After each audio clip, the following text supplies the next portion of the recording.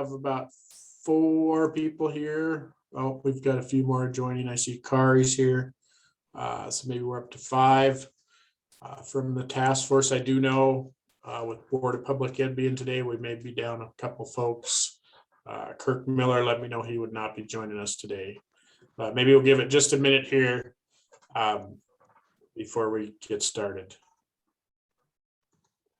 That's good.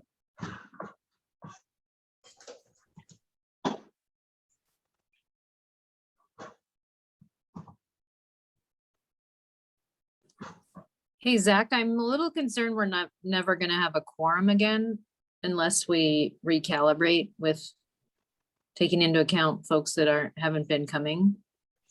Yes, you bring up a good point. I share that concern. I believe our quorum number is now 10. Jacqueline and I reached out to some of the folks who had not been coming regularly just to see, if they were planning to be coming, or if, for whatever reason they were no longer interested in serving, or, if there's anything we could do to kind of, facilitate their involvement. And I did not hear back from Jay, but Jennifer Smith indicated she would no longer be participating. So that dropped our task force number down to 15. So we had 19 originally. We've had 4. Jennifer, Nishala, Kieran, and Shondell have all indicated that they will no longer be participating. I think today's conversation is really going to be about kind of where we are, and can we complete this work in the timeline that's laid out, or do we need to maybe take a step back and look at this maybe through a little longer term lens, particularly if we don't have a quorum. It might be just good to have that conversation with the group right now. Let's see. So Mary, welcome, Mary. I see Kari's here. Emily. So that's 1, 2. But I think we're still a few short of a quorum, but we might have some folks jump on here in a little bit. But maybe Jacqueline, if you wanted to just start the roll call. Sure. And thank you for those who are here. Allison, if you can just say your name and your affiliation. Allison Harmon, Montana State University. All righty. Curtis. Curtis Smeby, MSU Northern. Stevie. Stevie Schmitz, Rocky Mountain College. Kari. Kari Orndorff, Montana State University. Okay, Mary. Mary Ducharme, Natural Transitions Consulting, taking a virtual contract in Washington this October. Washington schools. Emily, did I call you already? I'm sorry. Oh, it's okay. Emily Dean with the Montana School Boards Association. Okay, and I see that Gary's trying to get on as well. I have to. Somebody told us that. Hold on, I can't see who that is. He's having a little trouble with the password again. I resent the link and the password. Okay, so we should have Gary shortly. I think that's everybody. Did I miss anybody from the task force? No. Okay.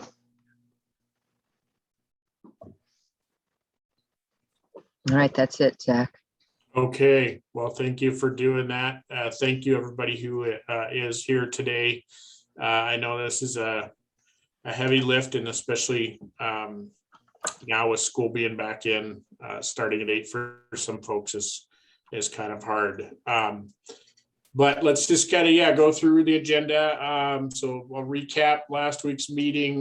Then really, I think we need to just have a discussion about sort of the timeline, the deliverables. Can we complete this, by the October 7th deadline that's been laid out? Or do we need to, maybe look at taking a little longer term approach? I will come back to the chapter 5 alignment and tracking document.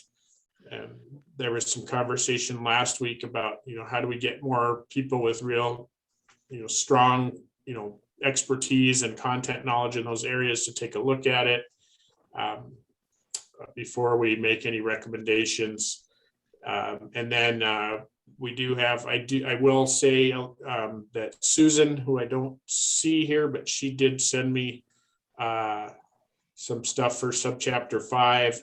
And then Stevie actually sent some revised stuff just last night for subchapter 6 that maybe she could talk through.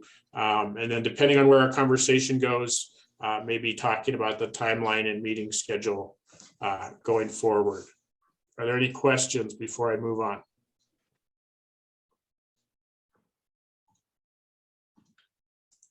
Okay. So last week, again, we just, we've been kind of circling back to the timeline, looking at what we can get done in the time that we have left. We did look at the language changes that legal had gotten back to us on based on our recommendations in section 501. I don't believe there were any particular issues with that other than there was some language in 501G that I believe it started with Gary had proposed to kind of incorporate social emotional learning. After looking at that language again, there was a thought about maybe trimming that down a little bit, making it a little more broad, so it wasn't possibly as confusing as it's worded correctly. That was something that we were going to maybe look at this week. We also looked at sections 311 and 315 for CAPE alignment. I believe it was Allison and Curtis and Stevie had done that work and presented that. And then again, we looked at the subchapter 5 document, and there was some conversation about do we have time and do we have experts to really look at these and make solid recommendations within the time frame that we're talking about. So that's kind of what we talked about last week. Any questions, comments on that?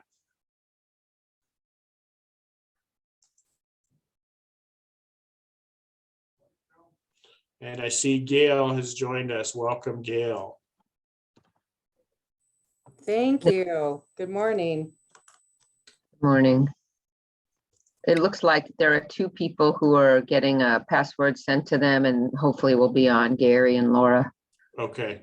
So we'll be closer to, I think we'll be at 9 at that point, Okay. if we can get them in.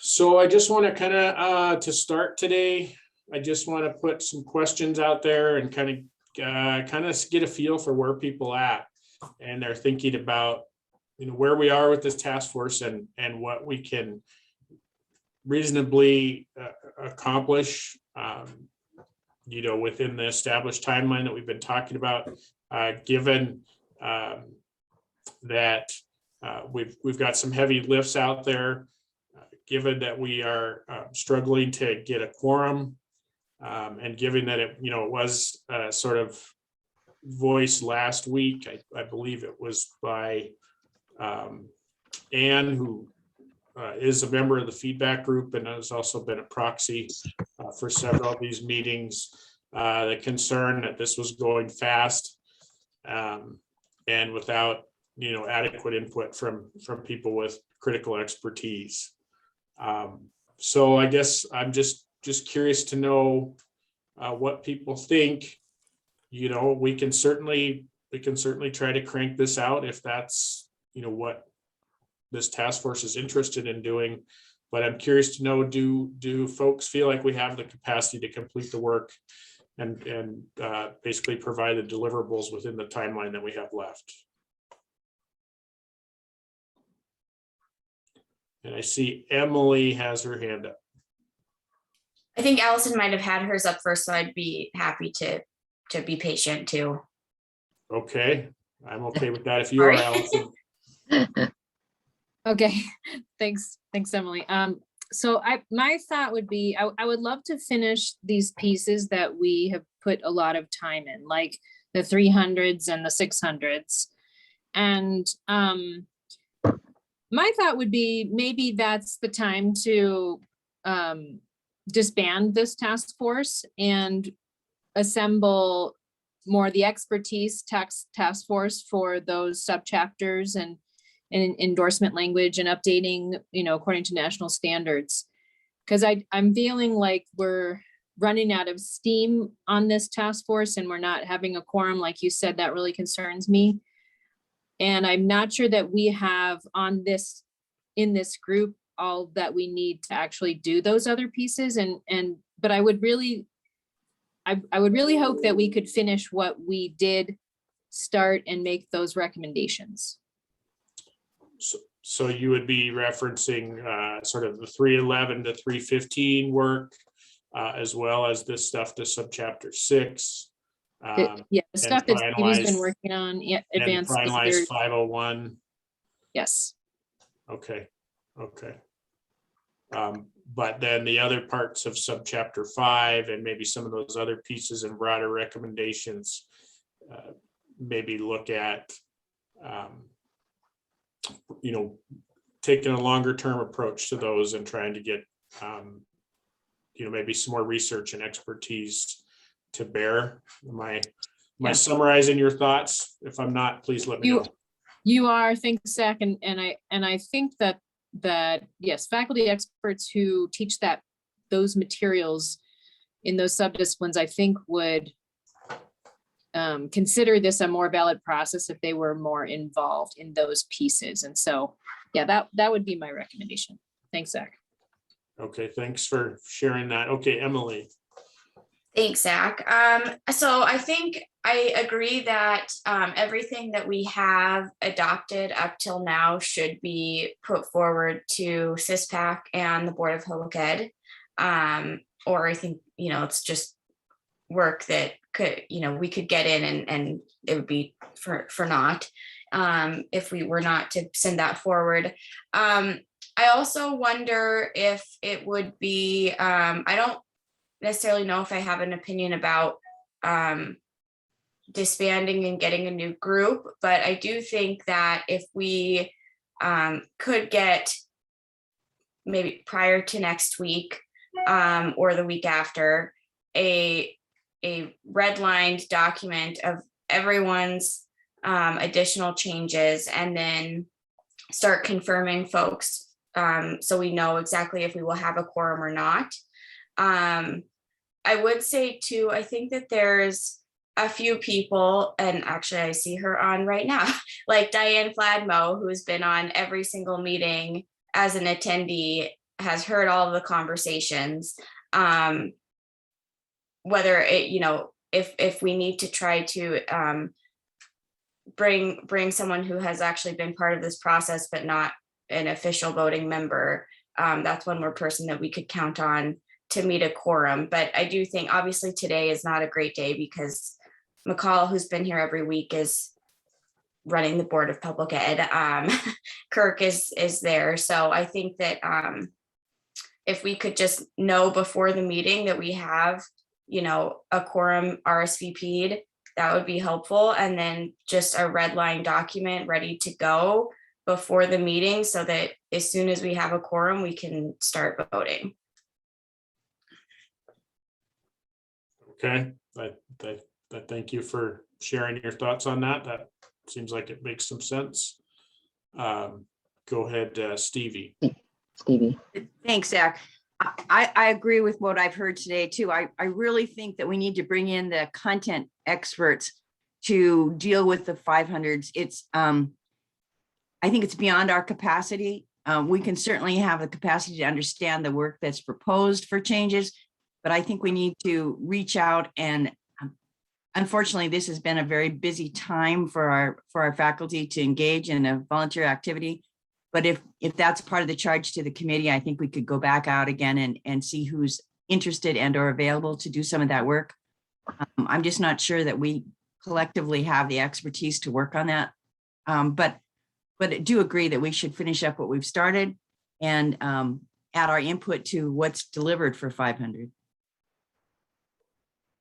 Okay, thank you. Are there others that would like to chime in on this or have thoughts?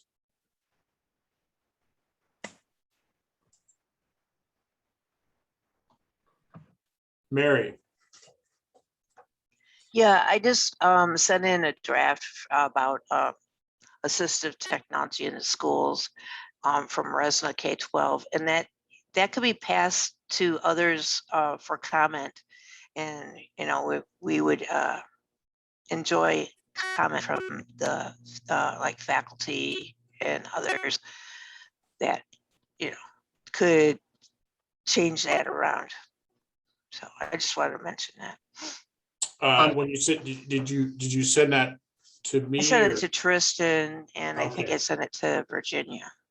Okay, so, I could certainly share that, or Virginia could share that with the other members. We could put it up on the Google site, and if there is a desire to consider how elements of that might be, recommended for the ARM. Yeah, it's just a draft, but I'm just open for comments. Okay, well, thank you for doing that, Mary. Well, thank you. Curtis has- hand his hand up. My comments would be similar to Allison, I think, having content experts, and this committee could get its work done to where we are. And then if we reinstated some that were interested in continuing and expanding that, I think that might be a way of approaching it and build support from the faculty that where this is going to have a large effect. Okay. Thank you for sharing your thoughts on that. Anyone else?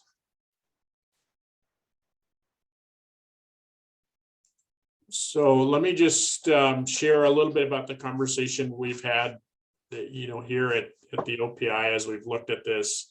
And I think there's a couple things I think, we've heard pretty clearly from both the task force and the feedback group, that with regard especially to subchapter 5, that there is a desire to bring more content experts into the conversation.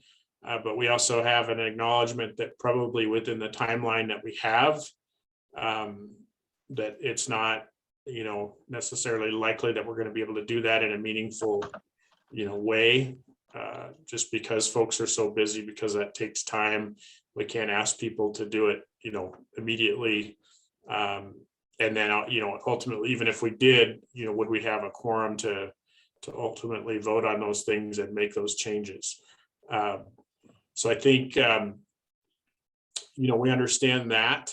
And then we've also, I think, heard, both through the task force and then sort of other organic conversations that have happened, that perhaps, there are more research questions that might need to be looked at prior to, finalizing some of these things. And so I think there's a willingness, I should say, on the part of OPI to, consider that and consider the process of, trying to maybe explore some more research questions, bringing, the appropriate people, entities, experts, to the table to be involved in that research, and then, use that research to finalize this process. Particularly maybe with subchapter 5, but possibly also even other other subchapters where that might be appropriate.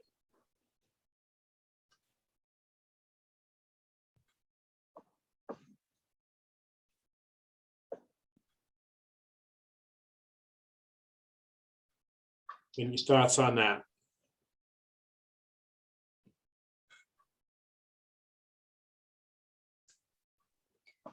Zach, this is Allison. I mean, that seems like a reasonable approach to me. Are you saying that, so the work would continue beyond that deadline with the expertise that you're talking about?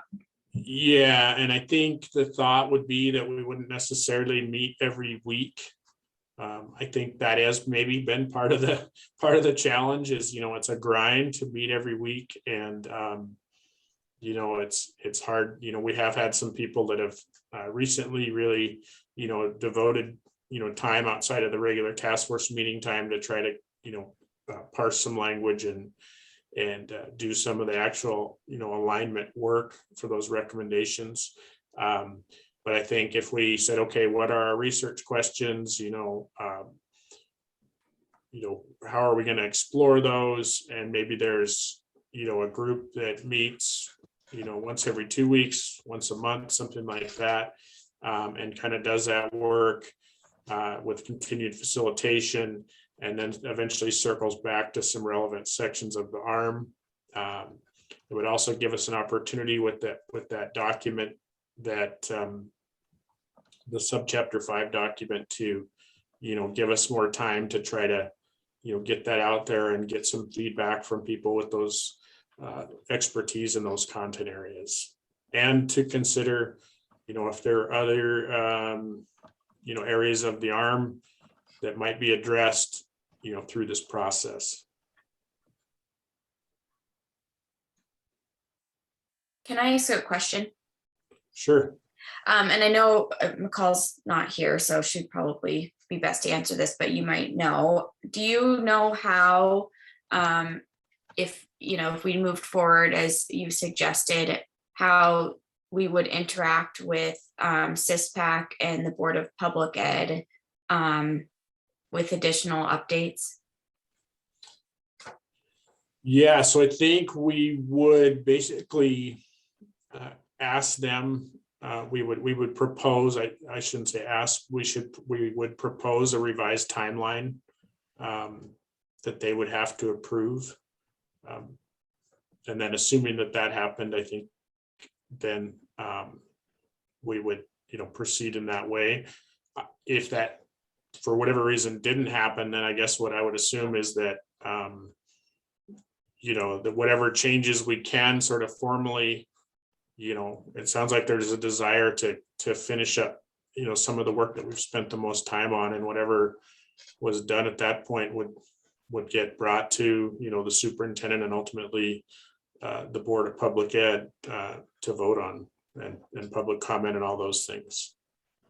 But I don't know for sure, but that's kind of how I guess I would envision the two scenarios running.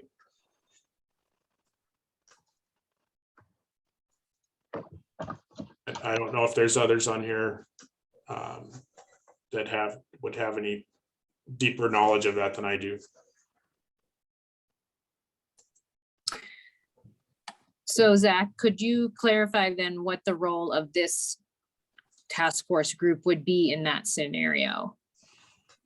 I think to continue to assist us in identifying who those experts might be, and helping bring those folks into the process, to continue to provide that feedback, and finalization of recommendations, things like that. And then I think also that if we did go down the road of looking at some further research questions, to maybe help us identify what those questions might be and how we might approach them.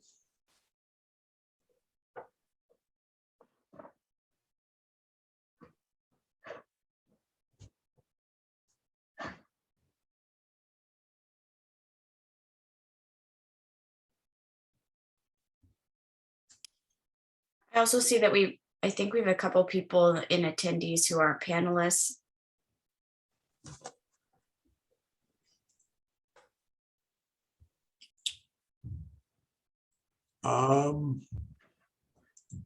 Virginia, are there some folks here that maybe I'm not seeing?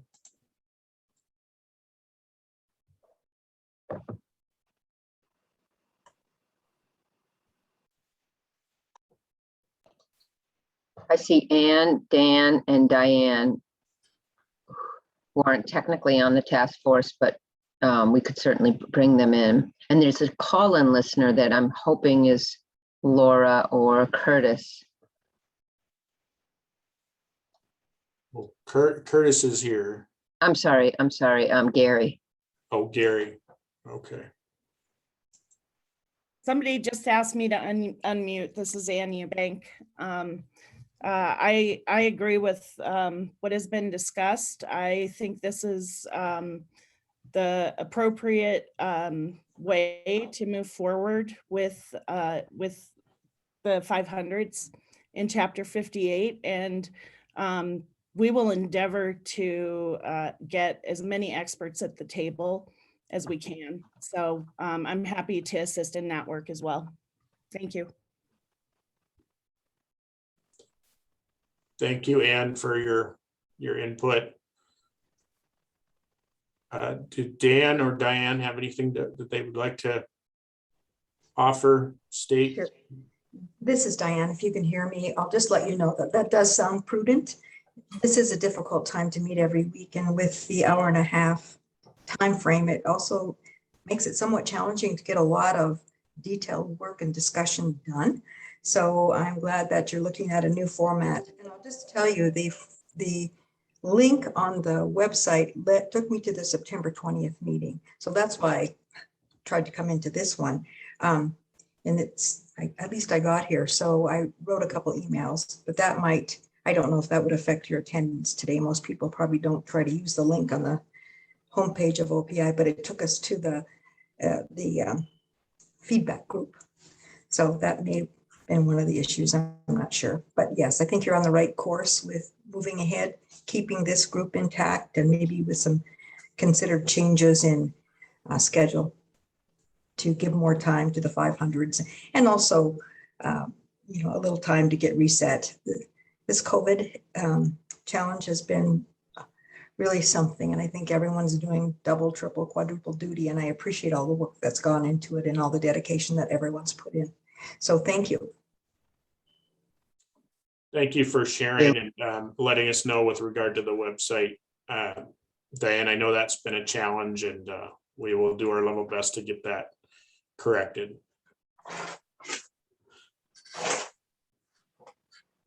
And this is Dan, and no, I think that would be a wise decision. Just to keep, yeah, as was stated. So yeah, I have nothing else further to say. Thank you. Okay, thank you, Dan. I see that Mary has her hand up.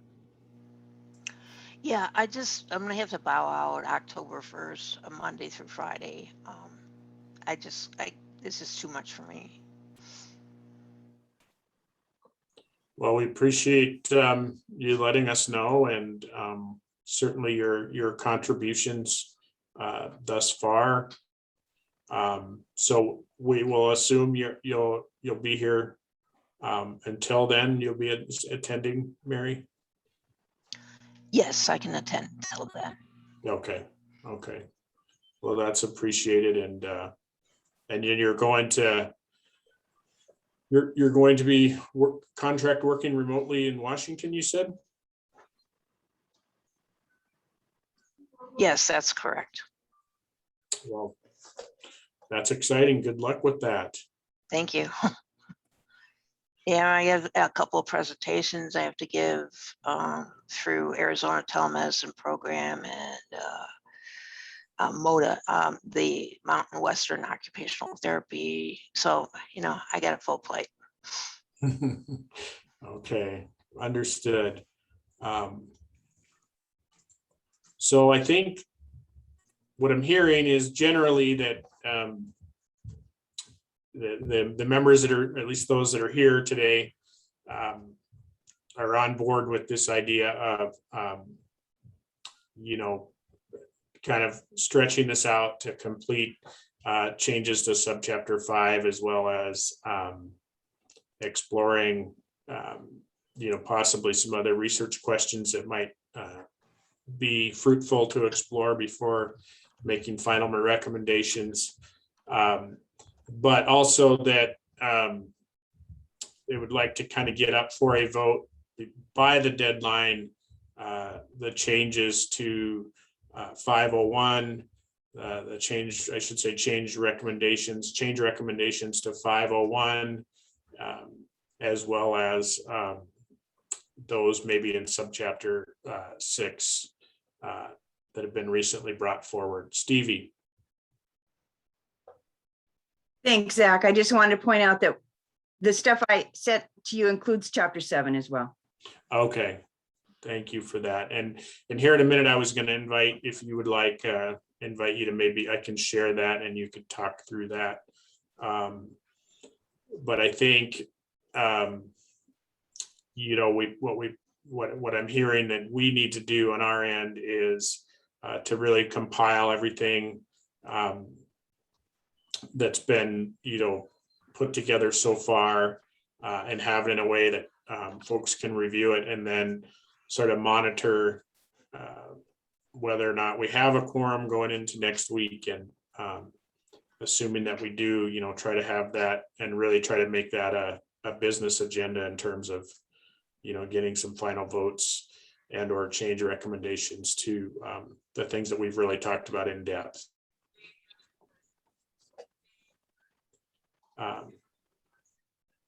So if there's no other comments on any of that, I think I'll just really quick touch on this. Oh, I've got people raising their hand. I apologize. Oh, Tracy, go ahead.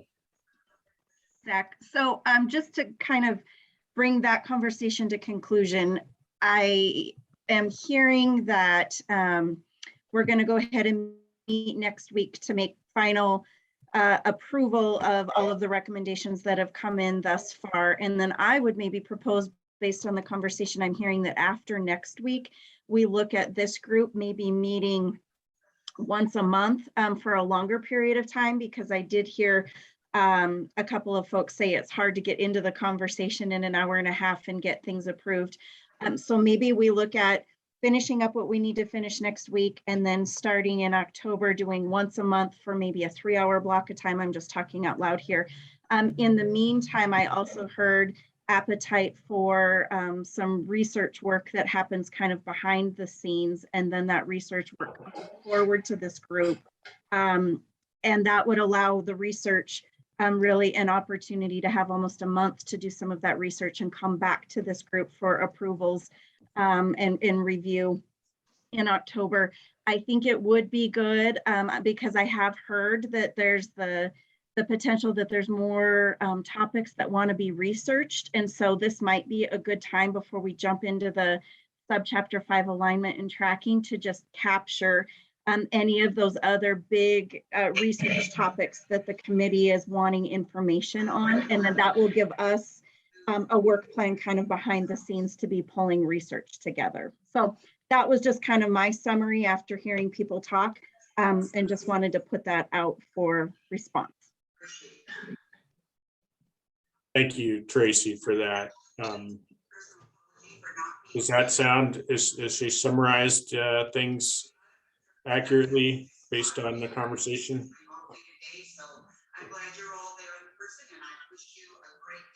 I think somebody might need to mute.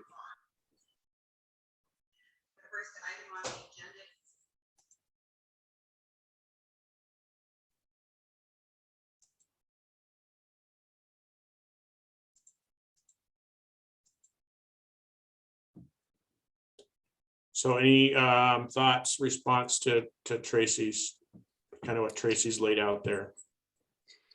Does that sound reasonable? This is Allison. I think what Tracy said sounds reasonable, and that's the same thing that I feel like I heard you say as well, Zach. Okay. Okay. So maybe at this time, the appropriate thing to do would be we could talk, maybe Stevie, we could just kind of run through the stuff that you put together for 6 and 7, and you could kind of share and I can bring it up on the screen. Does that work? That'd be great. Okay, give me just 1 minute here.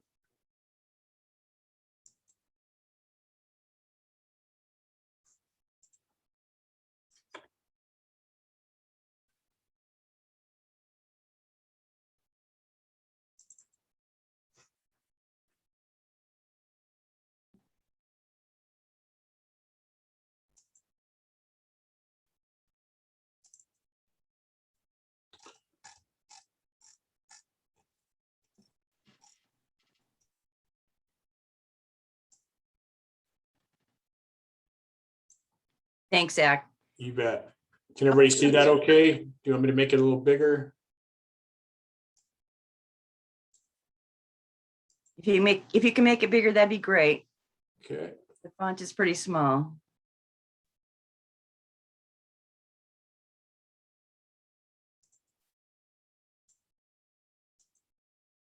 How's that? That's great. Okay. All right, so for the opportunity, I want to first do some broad strokes about this. As I indicated last week, I have shared this document with my colleagues from MSU and U of M. Special thanks to Dan Lee, Christy Steinberg, Adria Lawrence at U of M, and Tina Verslin, Ann Eubank, and Allison Harmon at MSU, as well as the colleagues that I've reached out to at Rocky. What we have here today is a final draft, but still needs a little bit of work. One of the things that we didn't finish but have continued to work on, but set it aside for you to see today, was the infusion of the NELP and PCEL standards that we talked about, the national standards that we really use as working guides for our work in preparing administrators and others through the advanced programs. And I didn't have real handy when I made this final copy late last night, the language that Allison and Emily worked on to infuse then that we have improved to infuse into that. So those are the caveats I bring you. I think we can have a discussion about the changes. And so with that, I'll get started on this first section, 604. In 604, what you're going to see different between what was there before and what we have now worked on is the language that the Council of Deans has decided works to define the advanced programs, particularly. That was a huge issue in that through our work with CAPE and PEPS, it was unclear which programs would be really qualified to be called advanced programs. And so we have defined that through the Council of Deans to make sense to all of our EPPs who have advanced programs. And so that we know exactly what we're looking at when we come to accreditation and come to providing evidence for meeting these standards. So through 604, you're going to see new language that comes from the Council of Deans. And I know you don't have time to read it and respond to it right now, but just know that that's where that came from. So if we can move on to 605. Now, again, through all 605, we try to infuse CAPE standards and the current PEP standards, bringing them up to a current understanding in the third column. So that's what we recommend and propose in the third column is that the combination. What we did on broad strokes was to eliminate any ambiguous language. The example I always use when I'm talking about it is there's a place right here. It says develop a deep understanding. We don't know what's different between deep understanding and an understanding. So we changed it to understanding. So we tried to do things like that throughout this document. We also tried to eliminate all of the repetitive things that are here. You'll see that a little bit later, but we tried to make sure that unless there was a different flavor in the repetitive nature of the work that was in PEPS, we eliminated it. And I'll show you how we did that as well. So you've seen this, there was very little changes in the 605. This is very similar to what you saw last week. Some small tweaks again from my colleagues. So if we can move on, Zach, I'll try to make this quick and not take all of our time. Partnerships. a really important part of this work is about partnerships, and we have infused the languages of both standards as well as the current practice about our providers. This is the section where we talked about co-constructing assessment instruments, working together and making decisions on all sorts of things, from the selection of partner mentors, as well as the work that we do to assess and monitor our work. All right, so moving on. Here's the section where I said no, just up a little bit. Right there. This section, we believe, needs to be eliminated entirely. We don't have control over this language and cannot provide evidence for this section. It is best practice. What it describes is really what we strive to do, but we don't think that this language needs to be included in ARM. We are unable to demand this, even if it is an ARM. We don't evaluate. We don't have anything to do with the retention of clinical educators that we use. We do provide some feedback, but we don't call that evaluation for obvious reasons. But this section here just does not seem to fit into our current practice. All right. Any questions about that before we go on? Because I know we didn't talk about that very much last week. So I have a question.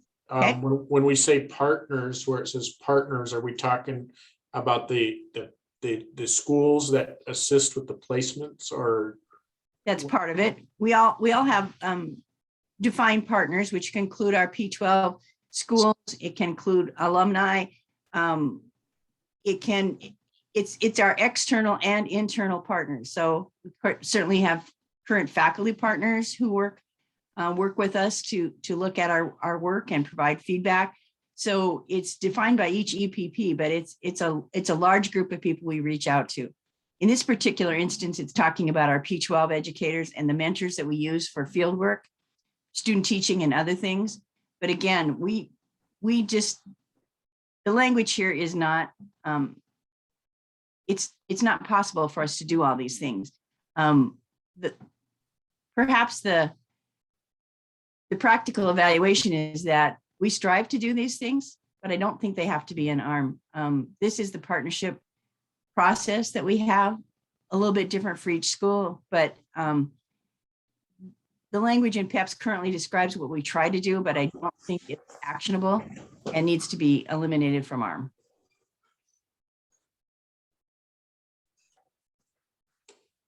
Thank you for clarifying that. Okay, if there's no other questions, we can move on there.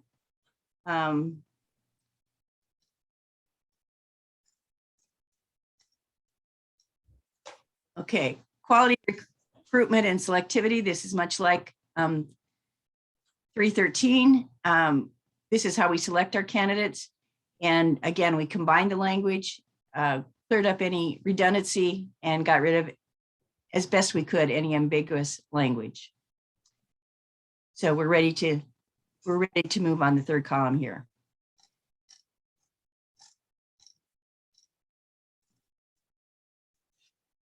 Advanced program impact.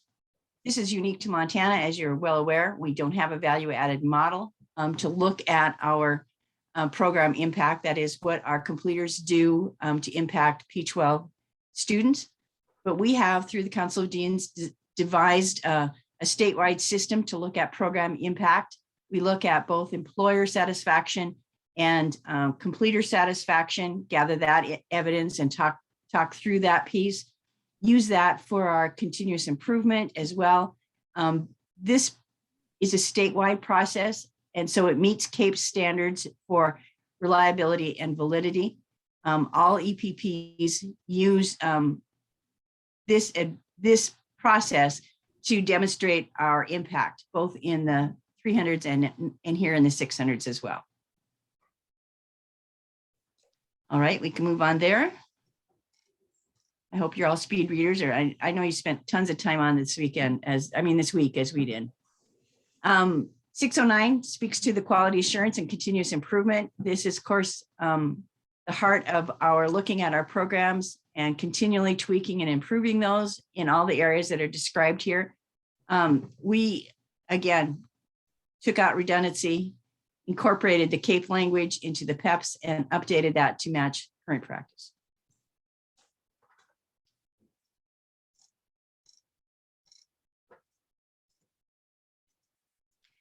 This section referred to as Standard 6 in the CAPE standards is new to us. It really talks about administrative capacity and operational standards. We just chose to use the language that PEPS has, eliminated the specifics, like it's not called Standard 6, but we just took the language of CAPE and adopted that as what would be our Standard 6. It really talks about the process to bypass CAPE by having other entities examine our work, and that accreditation would be considered sufficient evidence to meet CAPE. And if you go on to the next one, we still have a little work to do in what would be Chapter 7. Again, a new standard. Go up just a little bit. There we go, right there. This would be only for those EPPs who are seeking Title IV funds. And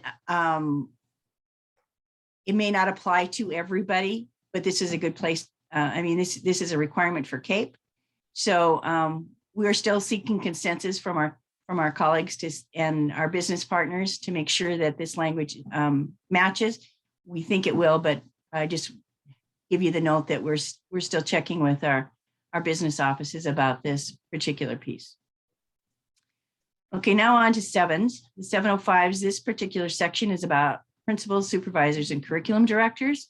Again, the same process was followed, and all 3 schools that provide this particular program development have had a chance to look at first blush, at least on this section, and have added their thoughts into it. So there's some changes here as well. So Stevie, can I stop you just for a second? It looks like Eric has his hand up now, and I give him an opportunity real quick. Okay. Yes, thank you. Sorry, I'm just helping with the notes. Could we scroll up a second? Sorry, I missed this part, but those 2 new sections. Okay. Are those proposed for subchapter 6, or are those proposed for subchapter 7? Subchapter 6. Okay. And again, both of those I would consider rough drafts at this point, particularly the last one, because we need to have our business office and financial aid people weigh in on its language. So we didn't get that finished this week, but we will by next week. Okay, thank you. Okay, so let's go back on down to principals, curriculum directors, etc. We're done with that piece. Okay, here's where so many changes appear. In 706, this is strictly about superintendents. And the PEP starts out with a strong statement that these candidates must meet the requirements of 705, which we just scrolled through. And then, as many of you noted, when we first looked at the 700s, there was a duplicity all over this one. It says meet 705 and then a list almost everything for 705. So in the revised recommendation that we have made to you, we have taken all those duplications out. Only ones we left in, if there was a focus strictly on superintendents doing similar work. For example, if it talked about in this one, if 705 talked about staff and really focused more on what principals do, 706 focused on what superintendents do with principals. So those kinds of differences are still included here, but where there was word for word duplication, we have removed that because the very first bullet talks about completing all the requirements of 1058-705. Are there questions about that? You'll see that it's much shorter, and that's exactly why. Yeah, this is Jacqueline. Does the A in your 3rd column then replace the one in the 1st column? In other words, are some of them just slightly revised? Correct. From the left? Okay. And some of them from the column on the very left are totally missing in the revision because they're just word for word, the repetition of 705.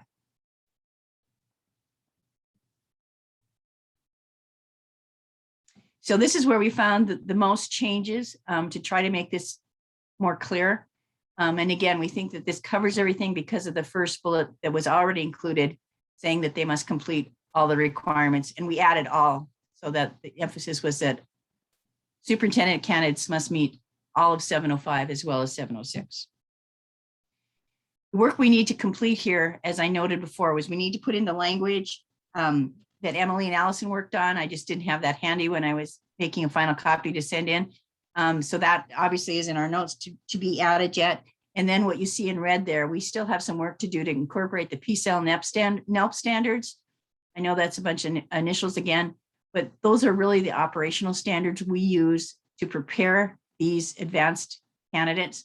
And so we would like to include those. We have done some of that in the 600s currently by, let me give you an example. The PCEL standards talk about the academic ability and social and emotional, I can't remember the words right now.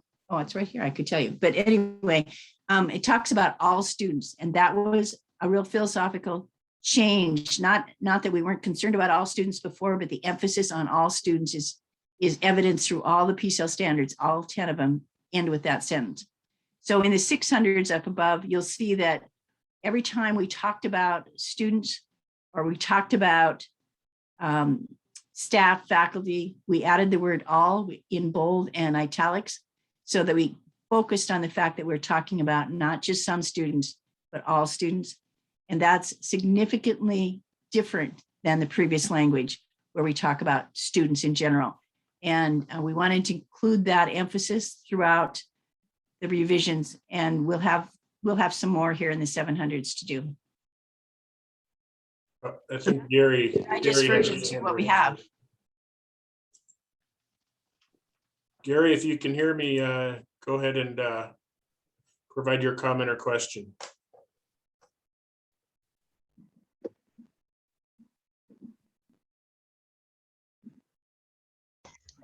And so Gary, it's, excuse me, *6 to unmute and *6 to mute again.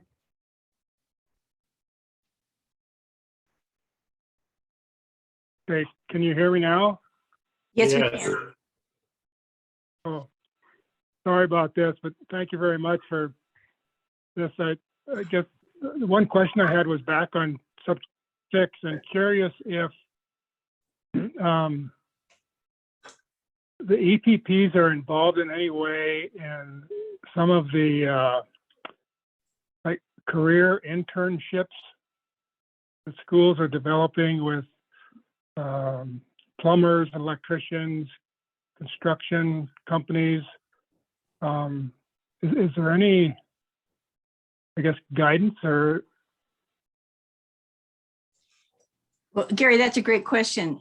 And my answer would be that in part of our description of what leaders particularly need to know is that they need to be prepared to support college and career ready work.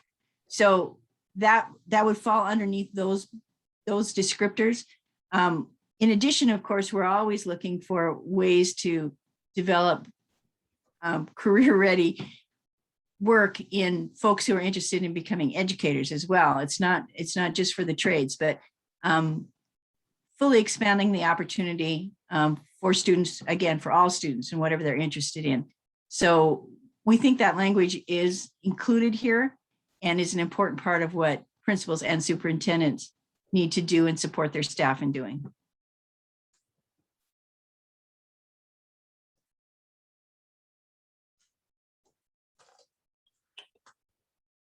Gary, did you have anything you wanted to comment on or respond to with that? No, can you hear me, Zach? I can. Yeah, no, I don't have any other comments. I like the way this is going, so thank you very much. Okay, thanks, Gary. Did we have others with their hand up, or did I Mary see? had her hand up, I believe. Oh, maybe not. I'm sorry. No. Okay, yeah, I thought I saw a couple alerts, but I don't see anybody's hand up. So I guess we can continue, Stevie. So, okay. So Again, I just want to emphasize that although my colleagues and I worked on this throughout the week, we did run out of time. We are committed to infusing this last little pieces and bringing that to you next week. And we will actually try to get it to you before so that you can read it ahead of time. But just know that this is still a work in progress. Okay, well, thank you for all your work on this. It is appreciated. I know this probably took some time, and you probably had plenty of other things you could have been doing, but you did this. So thank you. I see welcome. Mary has her hand up. Yeah, I had it. It's your moment. Okay.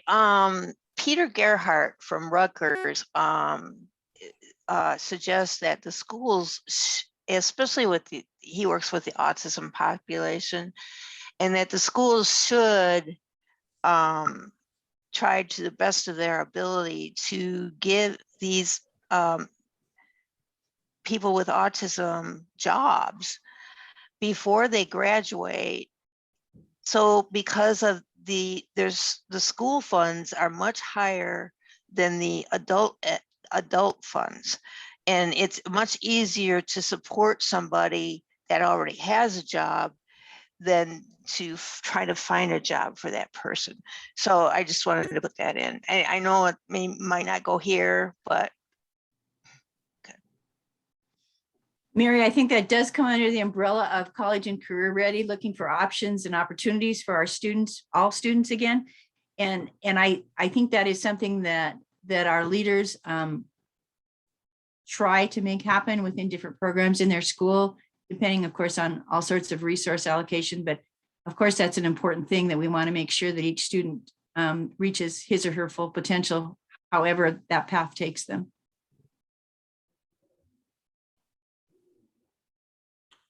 All right, thank you both for that. Let's see. Okay. Gail just had a comment. Thank you, Stevie, and your team. Allison has her hand up. Oh, Allison, okay. Yeah, just also a comment. Thank you so much to Stevie for this hard work and for being inclusive of your colleagues and yeah, I really appreciate what you're suggesting and would be happy to support this. Thanks, Allison. I'll note one other thing that was part of the discussion but didn't really appear in the document, but I think is here in our intent. We are committed, all three programs are committed to putting out the best possible candidates to serve the students in Montana. And we believe that these stringent requirements do take care of that.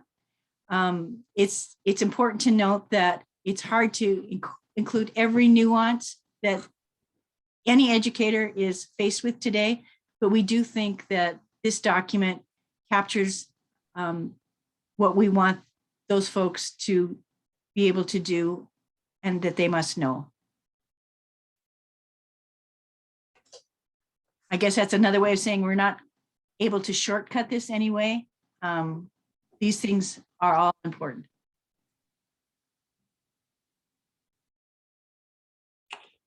Emily has her hand up. Yes, I don't have any comments specifically on this, but really appreciate all of the work here. This is more of a logistical question.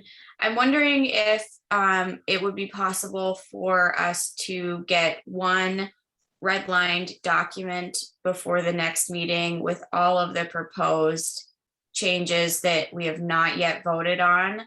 And maybe, I don't know if there's a way to incorporate those that we already have voted on and just indicate that they've already been adopted.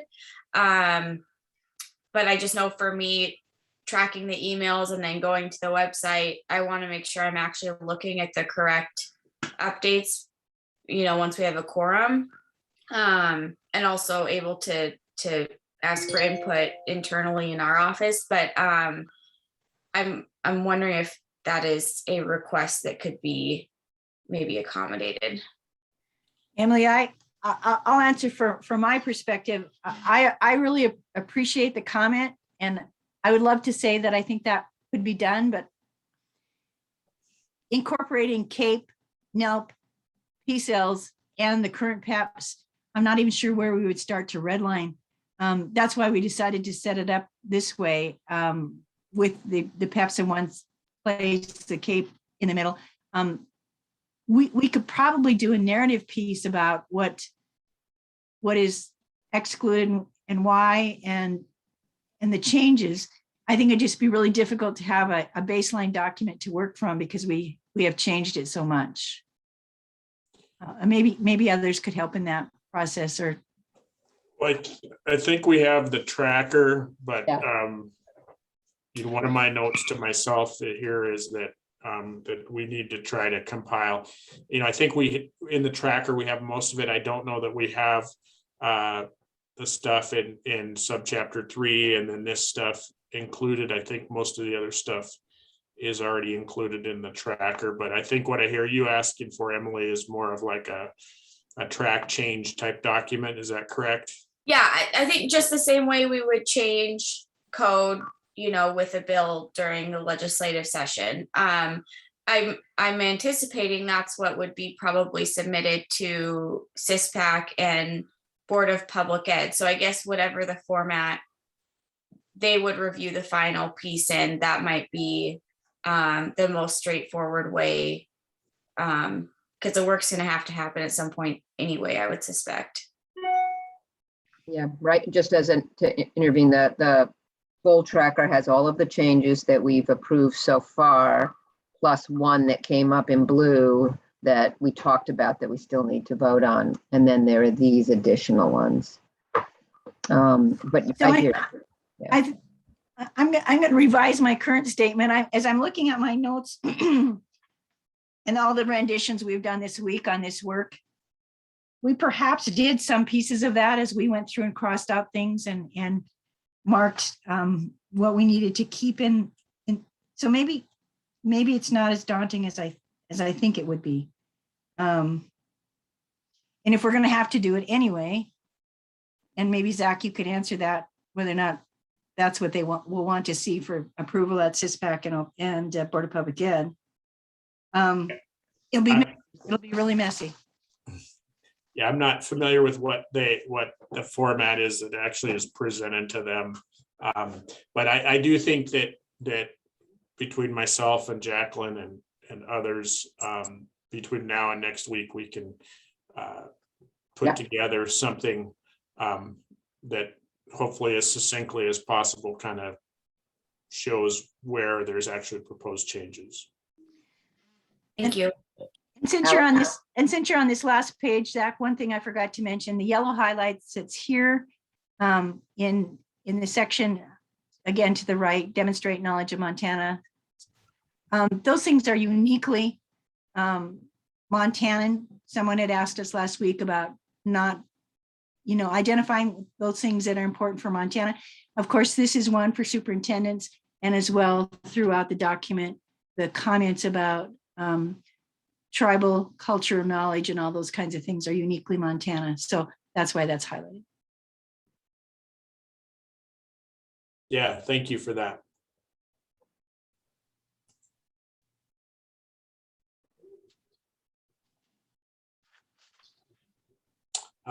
Dan asked, will this doc get shared?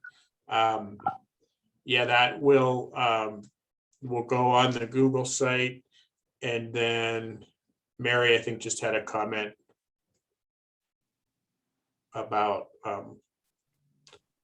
autism and dyslexia for any that want to look at that.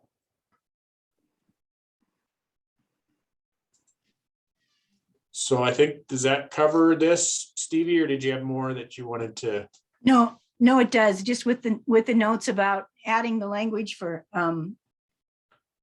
that Emily and Allison worked on, and the infusion of the P-cells and NELP standards, we're still in. That's the only thing we have left to look at. Okay, so I guess a logistical question, when we put together whatever we put together to try to track all the changes that have been recommended thus far, do you want us to include chapter 7, or do you feel like you want to wait until you refine that some more? Well, I think chapter 7 is I think what we're going to have to do is incorporate in 7 and recheck number 6 to make sure that we have the PCL and NELP stuff in there. We can highlight those in red so that changes from this point on will be clearly identified to the folks looking at it. Okay. Okay. So we have about 25 minutes left in our normal schedule. I haven't checked. Jacqueline, do you know, do we have an actual quorum? Or are We have 9 right now, including Sure. Gary on the phone. Yeah. Yeah, because I was almost wondering if we could go back really quick and sort of tackle that 501G and what we talked about. But I guess if we don't have a quorum, we probably can't do that today. Yep. Yeah. I rechecked. We have 9 people. Okay, so thank you for that. So I don't know that, I mean, I think what I've heard today is that there's a desire to try to, get all the things that we've kind of talked about proposed on the agenda for next week. Work hard to get a quorum so that we can vote on these things.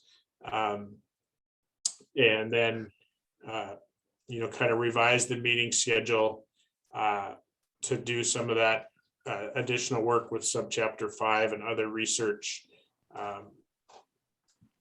But then be able to bring forward the recommendations to these sections to Board of Public Ed, by the timeline that was established.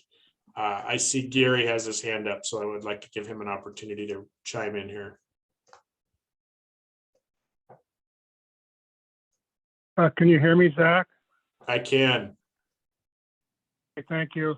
I'm curious if, I'm not clear on the membership of this task force to determine a quorum, but if there's been people that have dropped out of the task force, does that reduce the quorum number that we be required to have? Yes. Yes, and I think probably Gary, you were still trying to get on. But yeah, our quorum now is at 10. We started with 19 folks, and we've had 4 that have now, formally, said that they would no longer be able to participate. And those were Nishala, Kieran, Jennifer Smith, and Shondell were the 4 that have formally said they couldn't for different reasons. So we've been operating in the way that we just reduce that quorum number by 1 each time someone formally drops out. Maybe a next step that could be if somebody isn't showing regularly, we consider, I know we've reached out to everyone who hasn't shown regularly, but maybe we can let them know that if they're not able to come, we're going to take them off the task force. Yeah, and I don't know, Tracy, maybe you have some insight on that, how can we do that? Is that something the task force would have to decide? How would that maybe work? Can I think about that, Zach? I just am not quite sure on the back end what else is happening. Okay, yeah. Yeah, thank you. We have reached out though, so. Yeah, we've tried to, and and maybe if we kind of do put the plug in that, this will be, kind of the big meeting where we vote on things. We really would, appreciate your willingness to go through stuff, look at it. And we'll want to get this tracking document done sooner than later so that folks have a few days to look at it before the meeting, those types of things. I understand it's not good to send it out the morning of and say, can you vote on this in an hour? But ultimately, yeah, we do need those folks to be at the table if at all possible. So if any of you have personal relationships that you want to leverage, please feel free to do that.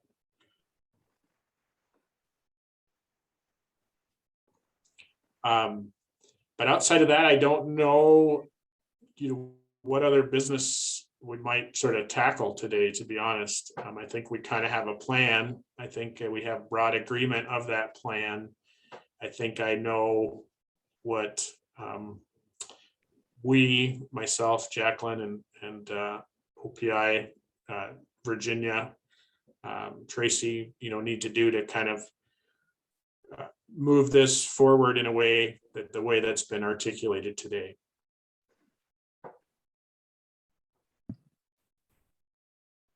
Zach, I think the only other piece would be if there's any other topics or thoughts from the committee that they want us to put in the parking lot that they feel needs more research, because I know there was some conversation about, there was a research phase, but many of the members on this task force were not a part of that, and that they were feeling like they needed some more information to drive changes in other subsections. So this might be a good time to just field those comments or thoughts from the committee. Thank you for that reminder, Tracy. So yeah, so just generally, what are some other areas of research we might want to look at?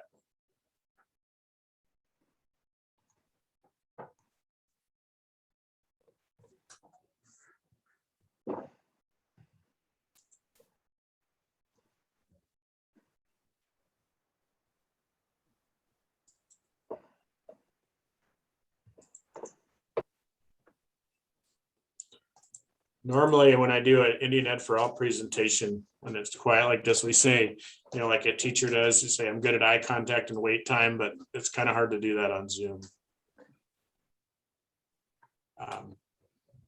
But I think, certainly that might be a question too, that takes a little more time to sort of think about, but would certainly encourage folks that, have thoughts, ideas, things on their mind around that to, they can always email me or Jacqueline or whomever, and, let us know, and we'll try to make sure that we bring those out to the floor for discussion and maybe some planning around how to explore those things deeper. Zach, could you stop sharing the documents so we can people? What's that? Could you stop sharing the Oh, doc? sure. It's just hard to. Is that better? Hard to All people. right. So one thought I had was that maybe some research about what EPPs are already doing related to some of these that haven't already been brought up as lever topics. And then I thought I would mention, as I learned this morning, that the Board of Public Ed is taking public comment specifically on Chapter 58 revision process today at 11. In case people are interested in listening in on that. Yeah, and I'll be, I'm on their agenda today to discuss Chapter 58, and we'll be sort of providing them, obviously the longer view, but also an update on, that for some things we will be proposing a revised timeline. Allison, where can we get the link to listen in on that meeting? Is it on the website? I think it's either on the website or you can email BPE. Okay. I think it probably depends whether you want to listen or talk. Yeah, I think they are also streaming it on IMPAN today too.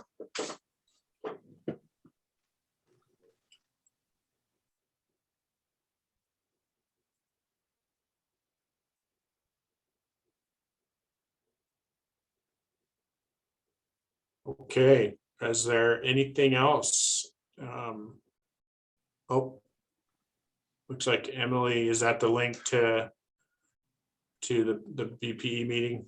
Yep, that's it's not the Zoom, it's just the IMPAN link. So obviously you can't provide comment on this one, but if you're not going to, it's fairly easy.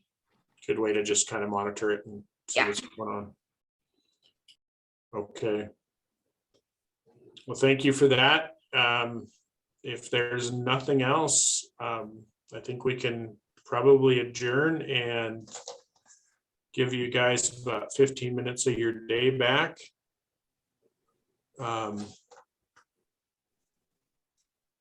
Yeah, Thank you for your hard work, you guys. You're awesome. yep. Thanks, everybody. Thanks for being here. Have a great rest of your day. Thank you. Take care. And I'll send out an email, as I've been doing, either today or tomorrow, and kind of outline where we're going. Hopefully that's been helpful.